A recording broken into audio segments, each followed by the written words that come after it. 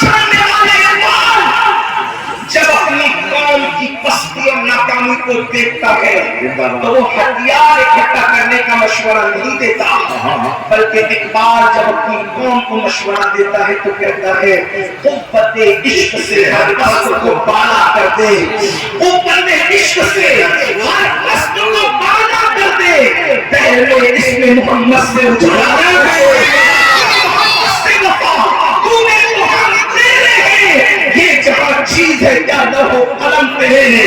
یاد رکھنا دنیا ہتھیار جمع ہونے کرنے کے بعد بھی ان نہتوں سے کیوں نہ زبر اندام ہے؟ کیونکہ جانتے ہیں ہتھیار کا مقابلہ ہتھیار سے ہو سکتا ہے، ہتھیار کا مقابلہ عشق سے کبھی نہیں ہو سکتا۔ آج امت مسلمہ کو اسی عشق رسول کی ضرورت ہے، لیکن آپ یہ سوچتے تو ہوں گے کہ کس کو لا کے بٹھایا، یہ تو زبردستی کی حاصل تحصیل بات کر رہا ہے۔ آپ عاشقوں کی عشق کی بات کر رہے ہیں، آپ عاشقوں کو عشق کی دعوت دے رہے ہیں۔ بڑی معذرت کے ساتھ میں اس لیے اس وقت بے باک ہوں کہ میری پشت پر مرشد اجازت کا پنجہ ہے، انشاءاللہ بہکوں گا نہیں۔ اللہ اکبر، اندازہ فرمائے عشق کی ضرورت امت مسلمہ کو ہے۔ جس دن یہ قوم اپنے سینے میں عشق رسول کو جگہ دے گی، جس دن یہ قوم اپنے دل میں محبت رسول کو جگہ دے گی، جس دن یہ قوم عاشق رسول ایسی بن جائے گی جیسے بننے کا مطالبہ قرآن و حدیث کے اندر ہے۔ یاد رکھنا کسی ماں نے ایسا لال پیدا نہیں کیا کہ آپ کی آنکھ میں آنکھ بھی ڈال سکے، آپ کی آنکھوں میں آنکھ بھی ڈال سکے۔ توجہ ہے آپ کی، آپ کہیں کہ ہم تو عاشق رسول ہے مولانا، پھر کس عشق رسول کی بات کرتے ہیں؟ یاد رکھنا ایک ہے عاشق رسول کہلانا اور ایک ہے عاشق رسول بن جانا۔ میں عاشق رسول کہلانے کی بات نہیں کر رہا ہوں، میں عاشق رسول بن جانے کی بات کر رہا ہوں۔ میری قوم عاشق رسول کہلا تو رہی ہے لیکن عاشق رسول بن نہیں پا رہی ہے۔ آپ کہیں گے وہ کیسے؟ جھنڈیوں والے عاشق آسان ہے، نام سن کر کے 10-20 کی نوٹ دے کر کے چھوڑنے والے وہ شام آسان ہے۔ عشق رسول کے نام پر غلامی رسول میں موت بھی قبول ہے کی بات کرنے والے آسان ہے، لیکن اللہ اکبر بڑی معذرت کے ساتھ میری قوم کے جوانوں، میں اتنا سمجھتا ہوں آپ مجھ سے بہتر عاشق رسول ہے، لیکن آج یہ احساس کر لیجئے اگر عشق رسول نام کے چند اشعار پر جھومنے کے بعد انسان کو عشق کی صرف سند مل جاتی، یہ علامت عشق تو ہے لیکن یہ مکمل عشق نہیں ہے۔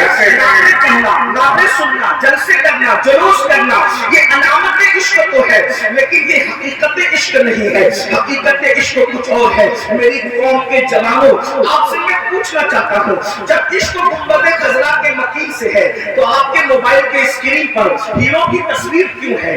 جب آپ کو عشق رسول آمنہ کے لال سے ہے، محبت آمنہ کے لال سے ہے تو آپ کے موبائل کی ٹون پر گانا کیوں لگا ہوا ہے؟ حیرت کی بات یہ ہے، ارے عاشق کو تو محبوب کے سوا کوئی نظر ہی نہیں آتا، عاشق کو تو حبیب کے سوا کسی کی بات کرنے کی فرصت ہی نہیں ہے، حتیٰ کہ اس کو اپنے دشمنوں سے دشمنی کرنے کی فرصت نہیں۔ ایک دن رابعہ بصری سے کسی نے کہا رابعہ اتنی عبادت کرتی ہو، شیطان تو بہت پریشان کرتا ہوگا۔ رابعہ نے کہا یار کی یاری سے فرصت نہیں ملتی، دشمن کی طرف توجہ دینے کا وقت نہیں مزاجی ہوتا ہے۔ ہم ایسے عاشق ہیں کہ ہمیں گناہوں سے دل لگانے کا وقت ہے، گناہوں سے دل لگانے کا موقع ہے۔ سن لو عشق رسول اتنا آسان ہوتا تو حضرت امیر حمزہ کا کلیجہ نہ چبایا جاتا، عشق رسول اتنا آسان ہوتا امام حسین کا سب نیزے پہ نہ اٹھایا جاتا، عشق رسول اتنا آسان ہوتا حضرت خالد کے قریب فرماتے ہیں میرے جسم پر انگلی کے کوڑے کے برابر بھی کوئی ایسی جگہ نہیں ہے جہاں پر زخموں کا نشان موجود نہ ہو۔ عشق رسول اگر اللہ ہوتا اتنا سستا اور آسان ہوتا تو صدیق اکبر کو اللہ اتنا مارا گیا، اتنا مارا گیا کہ صدیق اکبر کو ادمار چھوڑ کر کے بھاگ گئے۔ جب اللہ اکبر بہت دیر کے بعد ہوش آتا ہے، ماں بھی کھڑی ہے، باپ بھی کھڑا ہے، دودھ کا گلاس کے سامنے موجود ہے، رشتے دار بھی ہے، لیکن صدیق اکبر کی آنکھ کھلتی ہے۔ لوگ صدیق سے کہتے ہیں صدیق ابو بکر کیسے ہو؟ وہ صدیق کہتے ہیں پہلے یہ بتاؤ کہ میرا محبوب کیسا ہے۔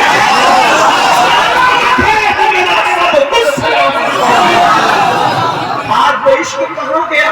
کہاں ہے وہ عشق رسول؟ تو میں اپنی گفتگو کو سمیٹتے ہوئے چند باتیں عرض کر رہا ہوں. عشق کی ضرورت ہے، اور عشق ہے یا نہیں. ہمارے بزرگوں نے کہا 3 چیزوں سے جانچا جاتا ہے عشق ہے یا نہیں. نمبر 1، جس سے عشق ہوتا ہے، پہلی اللہ ہم اس آئینے میں میں بھی اپنے آپ کو دیکھیں، جس سے عشق ہوتا ہے انسان اس کا ذکر کثرت سے کرتا ہے. پہلی نشانی عشق عشق ہو ذکر کثرت سے کرتا ہے. آپ سے صرف اتنا پوچھتا ہوں، ہاتھ نہیں اٹھانا، ہاتھ نہیں اٹھانا، اپنے آپ سے پوچھنا کتنا کرتے ہیں ہم حضور کا ذکر؟ دن بھر میں گانے کتنی دیر تک سنتے ہیں اور حضور کا ذکر کتنا کرتے ہیں؟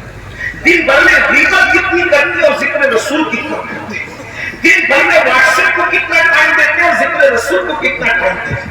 دن بھر میں فیس بک پر کتنا ٹائم دیتے ہیں اور ذکر رسول پہ کتنا ٹائم دیتے ہیں؟ بڑی معذرت کے ساتھ اگر ہاتھ اٹھوائے جائے نا قسمیں دے کر، آپ کو ذلیل کرنے یا نہیں بلایا جاتا. پتہ نہیں کلمہ طیبہ آپ نے کتنے مہینے پہلے پڑھا ہوگا اور مہینوں سے آپ نے ابھی تک کلمہ طیبہ نہیں پڑھا. جو قوم کلمہ طیبہ کے ساتھ یہ ظلم کرے وہ قوم یہ سمجھتی ہے کہ وہ کیسر و کسرا کی تاجداری حاصل کرے گی.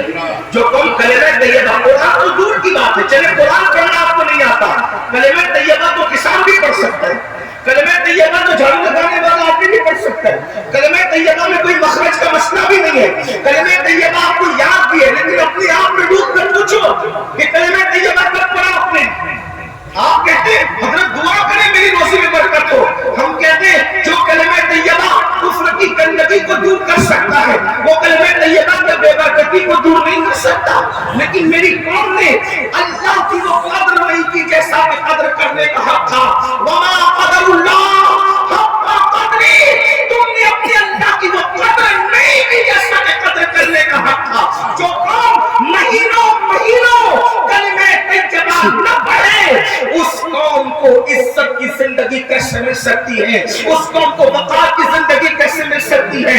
یاد رکھنا عشق کی پہلی نشانی یہ ہے کہ محبوب ہمیشہ یاد رہتا ہے، ہمیشہ محبوب کا ذکر. صحابہ کو دیکھو کیسے فنا فی رسول تھے. ایک مرتبہ آپ ان کی عادت جب بیٹھتے تھے تو حضور کا ذکر کرتے تھے، حضور کی اداؤں کا تذکرہ کرتے تھے. یہ جو کثرت کے ساتھ حضور کی ادائیں ہم تک پہنچی ہے صحابہ کی وجہ سے، صحابہ کرام کی وجہ سے پہنچی ہے. بدوئی والوں وہ اتنے ڈوب کر ذکر رسول کرتے تھے اور ایسے فنا کے ذکر رسول میں اداؤں پر ادائیں بیان کرتے تھے. ایک مرتبہ تو جمع ہو گئے سب اور ایک دوسرے سے کہتے ہیں حضور یاد آ گئے، حضور یاد آ گئے. اور پھر کسی نے آقا کا ذکر چھیڑا، کسی نے سرکار کا ذکر چھیڑا. ایک بات آپ کو بتاؤں، یہ جو صحابہ کرام کے بیان میں اختلاف ہے نا، حضور ایسے تھے اور بعض کہتے ایسے تھے اور بعض کہتے ایسے تھے، تو ایسا بھی نہیں کرتے جیسے ایک ہی چیز کو لے لیں. کچھ لوگ کہتے ہیں حضور کی دعائیں بھی ہوئی اور کچھ لوگ کہتے ہیں کہ الگ الگ تھی. تو آخر یہ اختلاف کیسے؟ ایک ہی انسان ہے، یا تو ہمیں ملی ہوئی ہوگی یا تو الگ ہوگی. کسی کا چہرہ یا تو ایسا ہوگا یا تو ایسا. ہدایت انسان، لیکن صحابہ نے آخر اس میں بیان کرنے میں فرق کیوں کیا؟ وجہ یہ تھی کہ یہ حضور علیہ السلام کا معجزہ ہے کہ حضور سب کو ایک طرح دکھائی نہیں دیتے تھے. جس کے عشق کا معیار جتنا بلند ہوتا تھا اس کو حضور اتنے خوبصورت دکھائی.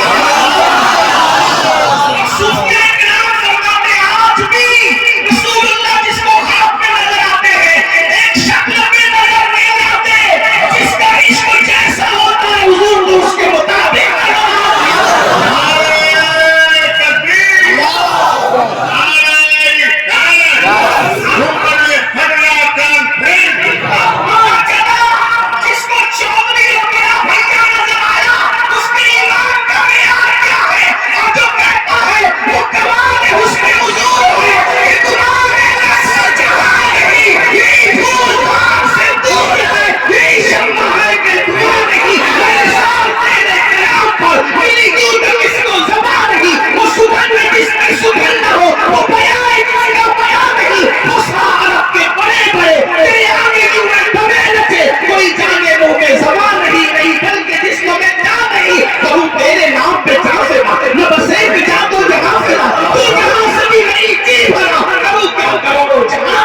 سبحان اللہ سبحان اللہ سبحان اللہ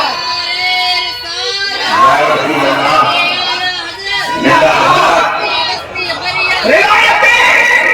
روایتیں چودھری اور بھیا کہنے والوں نے بھی پڑھا اور روایتیں بریلی کے تاجدار نے بھی پڑھا.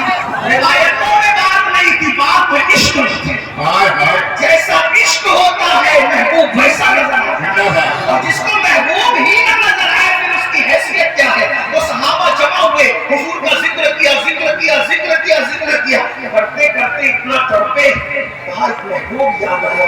اما جان ام سلمہ کے پاس گئے اور کہنے لگے امی جان حضور یاد آئے. اب حضور دکھتے نہیں، حضور کا کوئی تبرک دکھا دو، حضور کی کوئی نشانی دکھا دو. تو کیا ہوا پتہ ہے، ام المومنین ام سلمہ نے حضور علیہ السلام کا آئینہ پیش کیا. آئینہ دیکھ لو، بعض ایسی فلاحیت کے منصب پر تھے کہ چہرہ دیکھنے لگے تو خود نظر نہیں آئے بلکہ آئینے کے اندر جلوہ یار نظر آئے. ہمیں حضور کا ذکر کتنا، ہمیں پتہ ہی نہیں، حضور کے والدین کا نام نہیں پتا، حضور کے دادا جان کا نام نہیں پتا، حضور کی شہزادیاں کتنی ہیں، شہزادے کتنے، کچھ نہیں پتا. سیرت کے متعلق ہمیں کچھ نہیں پتا ہے اور ہم عاشق رسول ہیں. اللہ کرے ہم ہو، میں انکار نہیں کروں، اللہ کرے ہوں، لیکن جس سے عشق ہوتا ہے اس کا ذکر زیادہ ہوتا ہے. نمبر 2، جس سے عشق ہوتا ہے انسان سب سے زیادہ اس کی تعظیم کرتا ہے. دوسری نشانی تعظیم ہے. آپ نے سنا ہوگا کہ امام محمد غزالی سے بچپنے میں ان کے استاد نے پوچھا تجھے لوگ غزالی کہتے ہیں، بیٹا تیرا نام کیا ہے؟ چپ رہے. استاد نے کہا سبق پوچھتا تو نادان، تجھے یاد ہوتا نہ ہوتا لیکن کوئی نام بھی بھولتا ہے. تھوڑی دیر کے بعد وضو کر کے آتا استاد میرا نام محمد ہے، میرے ابا کا نام بھی محمد ہے، میرے دادا کا نام بھی محمد ہے، محمد ابن محمد ابن محمد ہوں میں. تو استاد نے کہا پہلے کیوں نہ بتایا؟ تو عرض کیا میری امی مجھے یہ سبق یاد کراتی تھی بیٹا تیرا نام محمد بعد میں ہے، پہلے نام محمد مصطفیٰ جان رحمت اللہ کے حبیب کا نام محمد ہے، اس لیے نام محمد کبھی بے وضو نہیں لینا.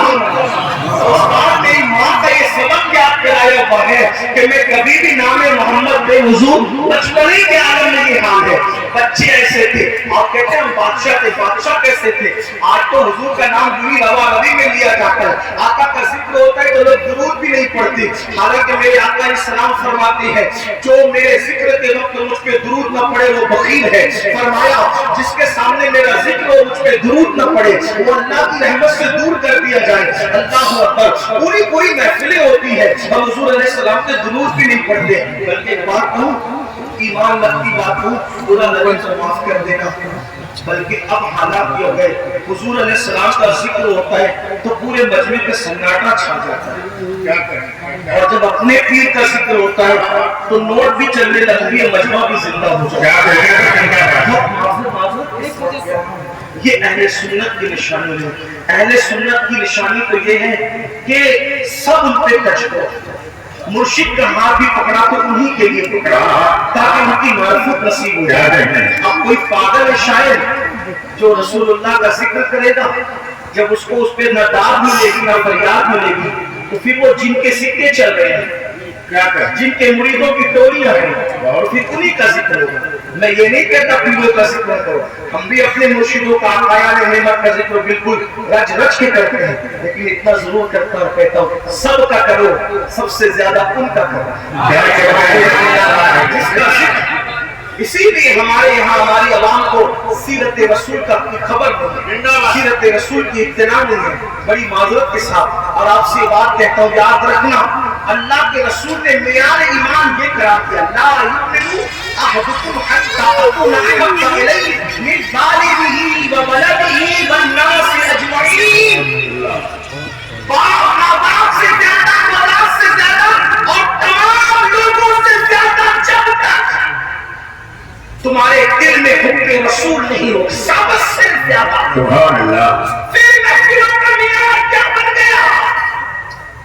پھر محفلوں کو میں اپنی گفتگو کا ذمہ دار تنہا ہوں. یاد رکھنا اگر کسی کو بات کرنا تو اس پر خصوص سے گفتگو کرنا کہ آج ہم نے محفل کا معیار کیا بنا. اسی لیے جہاں جس کا ارادہ گروپ ہوتا ہے پھر وہاں اسی پیر کا پورا نام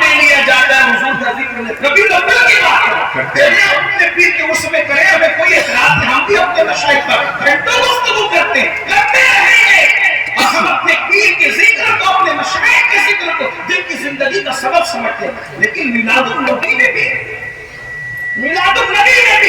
اس رسول کے جس کے معجزات انگیزت ہیں، جس کے دعا کی صرف شان یہ ہے کہ قیادہ کی آنکھ میں لگے تو آنکھ کا آپریشن کرتے، مولا علی کی آنکھ میں لگے آنسو میں چشم ختم کرتے، سوکھے کنویں میں جائے تو کنواں بھرتے، خالی کنویں میں جائے تو میٹھا کرتے، اور اگر ابن خلف پر غصے میں تھوک دے تو اسی تھوک کی وجہ سے اس کی موت واقع ہو جائے، جس کے ایک لوگ کی یہ شان ہے، اس کے وجود ناس کی شان۔ سبحان اللہ، ماشاء اللہ۔ ہم نہیں کسی کو ایڈیل بنایا، کم از کم امام احمد رضا ہی کو ایڈیل بنا لیتے، پوری ہدایت بخشش کے اندر اشعار سب کی شان میں لکھے، لیکن کسی کے لیے ایک کلام، کسی کے لیے 4 کلام، کسی کے لیے 6 کلام، اور پوری ہدایت بخشش وقف کر دی اپنے یار کے لیے۔